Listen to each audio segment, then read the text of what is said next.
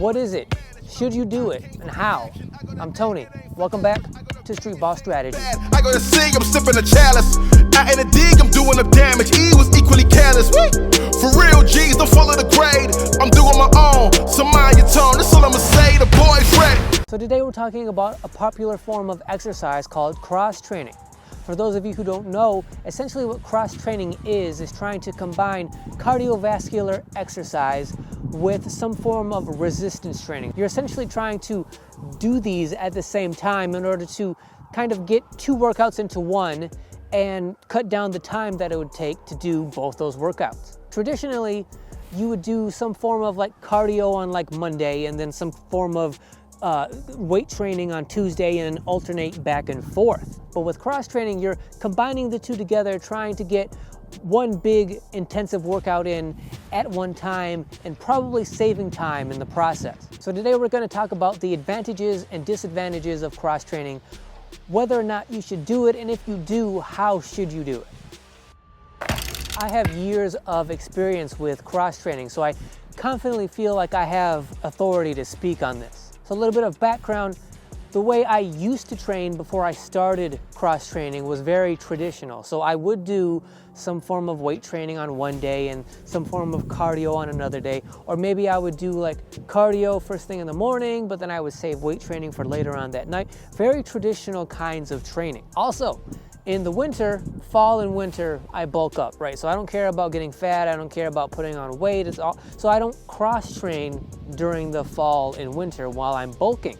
It's not until spring and summer when I'm intentionally trying to cut that I would then make sure I was cross training. The way I would do it would be that I would still weight train, lift weights the same way I normally would, except that instead of resting in between sets, I would do some sort of cardio exercise. So in the winter when I'm bulking, it would be like I would lift for a set, say 45 seconds, and then I would rest for like 2 minutes and then repeat. When I was cross training, what I would do is lift for 45 seconds and I would have no choice. I would have to like lower the weight down some because I wouldn't be able to lift quite as much, because after the set, instead of resting, I would do 45 seconds of cardio in between sets. So instead of resting 2 minutes, now I'm doing cardio for 45 seconds. So it's 45 seconds of lifting, pretty much as heavy as I can, though I can't lift nearly as heavy as I could in the winter. Lifting as heavy as I could, and then 45 seconds of cardio, and repeating that throughout an entire workout. So essentially you're never resting. Like the theory is like when you're doing the resistance training, you're technically resting your lungs and your heart, even though you're really not. And then when you're doing the cardio in between the weightlifting, you're technically resting your muscles, though you're technically not doing that either. That's the way I would cross train. So it's essentially no rest. It's just like one big essential like cardio session. Now the benefits I got from that was while you're doing it, like because there's no rest, you are continually burning a ton of calories in one session. And that session would be like 90 to 100 minutes compared to like a 3-hour weightlifting session that I used to have, or that I would have like in the winter. Now because I'm not resting at all, the session's taking 100 minutes and I'm burning a ton more calories than I would in a traditional weightlifting session. Because of that, I found that cross training would get me lean and get me cut much more effectively than doing traditional lift weights one day, do cardio the next day, or cardio in the morning, weightlifting at night. So the results were good. They were good enough to the point where I was like, okay, now this is how I'm gonna train from now on when I'm trying to cut. So every year I would bulk up in the winter, and then every spring and summer I would train by cross training. It saved so much time. It was so effective. It got me lean, it got me cut. That became my default way of training. I didn't retain as much muscle as I probably would have had I continued to train traditionally, because you're burning so many calories that your body has no choice but to take from your muscles as well. So I wasn't as big or as strong as I would have liked to be, but I was fit and cut and slim and lean, and to me that was good enough. So when you're talking about the advantages of cross training, you definitely have to take in mind that it can save you time, unless you you start to push it and go further and further, longer and longer, which I don't recommend that you do. If you do stick to traditional kind of cross training, and the idea that you're trying to get a lot into a small amount of time, you're gonna save time, right? You're gonna burn a ton of calories. That means you're probably gonna get leaner and lighter than you would if you were doing traditional training. That feeling by default just makes you feel like every day, like you're an elite athlete. But there definitely are disadvantages as well when it comes to cross training. So, and I want to probably focus the majority of the video on those. Let's get to those disadvantages. 3 major disadvantages of cross training. So number 1 is propensity for injury. There really is no point of cross training if you're not going to give full effort while you're doing this. Because the point is like to try to burn as many calories as you possibly can. Yes, of course, you're trying to maintain as much muscle as you can while doing it, but really you're doing it because it's a super high intense exercise that you're doing for a smaller amount of time, and in that window you're trying to burn as many calories as you can. So you should be giving full effort while you're doing it. Because of that, you're going to be fatigued in a way that if you've never cross-trained before, you're going to be fatigued to a degree that you've never experienced before. Because of that, if you're cross-training, if you've never cross-trained before, you're giving a level of effort, a level of energy that you've never given before.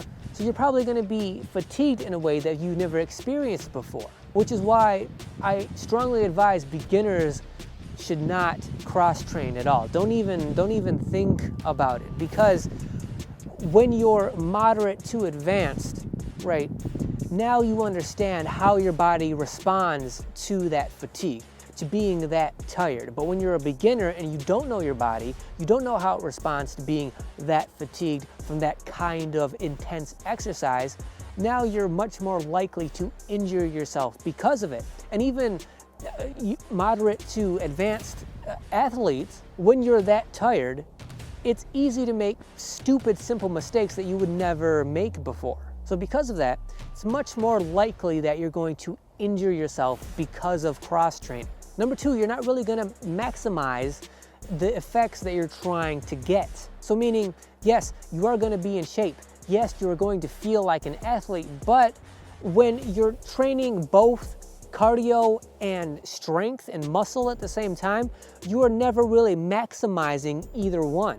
Unless you have very strong genetics that lead you in one way or another, you're not going to be able to maximize either. So yes, you will feel in shape, you will feel like an athlete, but you won't be experiencing, maximal potential to either cardio or strength. And thirdly is wear and tear on your body, especially your joints and your ligaments. And the concern is not for like your muscles. There's not a concern for like your heart or your lungs. The concern is for your joints and your tendons, them not being able to relax and recover in between sets. And when you do that, when you constantly put that pressure on your joints and your ligaments, they cannot repair themselves, recover the way any of your internal muscles can. So now you're putting yourself at a risk of, tendinitis at the very least, putting wear and tear on your body over time, developing arthritis because of the severe demand you're putting on those tendons and those ligaments. Which brings me to my 4th point. I said there was only 3, but really, the 4th point is actually the one I want to focus on the most, which is the possibility for overtraining. Because hopefully you're smarter and you're better than I was, and you can learn from my mistake, which means like I'm gonna do it every day. Like I did it 5 or 6 times a week. That was crazy, that was irresponsible, it's a huge mistake, and I did it for years. And so what happened with me is one spring, we're not even talking like the end of like summer after doing months of cross training. We're talking years of cross training and then starting again one spring, right? It's a few weeks into spring, I'm cross training like normal, I'm cutting like normal. And one day I go to train and I just have this wave of exhaustion. Like it's a feeling of I just don't have it today. And in my mind, I should have taken that like as the first warning sign. But instead, I thought to myself, oh, it's just a fluke. It's an off day. So because of that, I'll just power through. And in order to power through, like, you do whatever you need to do to hype yourself up to get your adrenaline flowing so that you can power your way through that workout. And that would have been fine had it been a fluke, but it wasn't a fluke. It was the first sign of my body's breaking down. I go on for weeks training like this, like forcing myself to push harder. So now I'm forcing my mind, right, to go to a place where it's like, all right, I know I'm tired, but I'm gonna push through anyway. And the way I'm gonna push through is I'm going to emotionally hype myself up, right? Hyping myself up with the intention of getting my adrenaline pumping, which normally wouldn't be pumping because I wouldn't need it to be pumping because it's just, I would just go about, you know, the regular workout and I wouldn't need any adrenaline to get through it. It's just, you know, an everyday kind of lifestyle. So that went on for weeks until one day, one morning, I was just wiped out. I just didn't have, I had nothing left to give. So I was worn out, burnt out physically, obviously, but I was also burnt out mentally because I was pushing myself to get my emotions up every day, which means now I'm also burnt out emotionally. But the worst part, way worse than any of that, was being burnt out in terms of my central nervous system. I had completely depleted all of my adrenal supply. I had no adrenaline left. All my central nervous system was fried. And the reason that's the worst part is because that also means that I cannot now, I'm no longer able to secrete and produce dopamine or serotonin or any kind of the feel-good hormones at all, let alone adrenaline. From a mood standpoint, because I can't produce serotonin or dopamine or none of that, I'm just in a terrible mood all day, every day, on top of being exhausted, on top of like exhausted to the point where I can't get any sleep. I can't go to sleep. If I do go to sleep, I can't stay asleep. When I wake up, I'm still exhausted. I have brain fog all the time. I'm in a terrible mood because I have no dopamine and serotonin because my central nervous system is still fried. That was the worst physical point I've ever had when it comes to trying to get in shape and be fit. And I got to that point because I was overtraining. You know, I should have been taking rests in between cross-training sessions, but because it worked for me for so long, I never even occurred to me to do that, and I ended up overtraining and doing way more damage to myself, having to rest for way longer because of it, had I just learned to restrain myself in the first place. So in terms of should you cross-train, and if so, how should you do it? Keep in mind, like when I was cross-training, it was in the spring and summer. So not only am I cutting weight, so calories are down, not only am I playing basketball in addition to cross-training, so I'm like cross-training in the morning, playing basketball in the afternoon, cutting my calories. It comes to the point where like, how much are you willing to put your body through? How low are you willing for your energy to be? How much abuse are you willing to put your body through in terms of the consequences and the benefits that you're getting from that cross training? In all reality, I didn't need to, and I probably shouldn't have been cross training that whole time. Especially because you take into account, like, I'm a basketball player. I was playing basketball at the same time, like on the same days. I did not need to be doing something that's so cardio heavy, you know, so fat burning centric as cross training.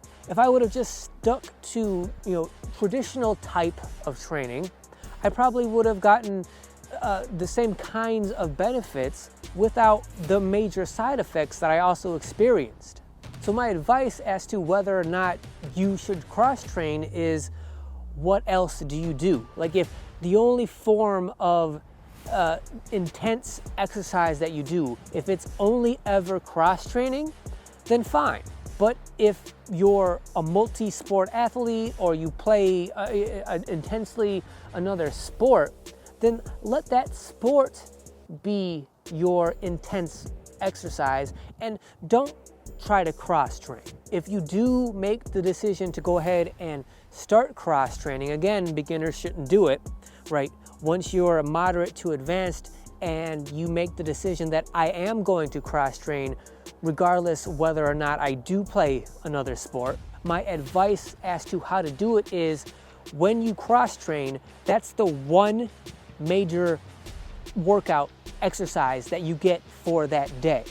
So don't cross train in the morning and then go play ball at night. You will be able to get away with it for a while, maybe for years, but it's coming at a cost. Even if you don't feel that cost at the time, if you keep that up, to that consistency, day after day, week, month after month, like, that is going to catch up to you. So if you're gonna cross train, okay, cross train, that is your one intense exercise that you get for that day. And then the next day, you better rest, right? You should have some, if you do exercise the next day, super low intensity. So like, if you're gonna cross train on Monday, then on Tuesday, if you're gonna do some kind of cardio, then it better be like some kind of moderate paced walking or something like that. If you do exercise the next day, better be way lower intensity the next day when you exercise compared to the day before when you cross train. Your body needs to recover from that, right? It needs 48 hours before you can do another form of intense exercise at the minimum. I don't care how young you are. I don't care how fresh your body is, how good you feel. I'm telling you, if you cross train, the next day is super low impact for whatever it is you choose to do. Don't try to be clever. Don't say it's not gonna happen to me. I'm not gonna hit the wall. I'm not gonna burn out. I'm not gonna get injured. I'm not gonna put wear and tear in my system. Like, yes, you are. It's inevitable if you cross train 4, 5, 6 times a week, right? Especially in addition to playing other high intensity sports, you are going to cause more damage. You are overtraining even if you don't feel like you are. So I want to thank you guys for watching. If you like this video, if you found it helpful, if you think it's going to help you train better, more wisely, more smartly, so that you don't make the mistakes that I did, then please subscribe to the channel. Also, make sure you hit that thanks button down below. When you comment to tell me how you cross train, right? And how much of a dummy I am to cross train the way that I did. When you make those comments down below, all of those comments are going to be highlighted after you hit that thanks button. Also, it just directly supports the channel, so anybody that does that, know I definitely appreciate it. As always, like, share, comment, hit that notification bell so you're notified whenever any of my videos go live, and until then, I'll see you guys next week. Yeah.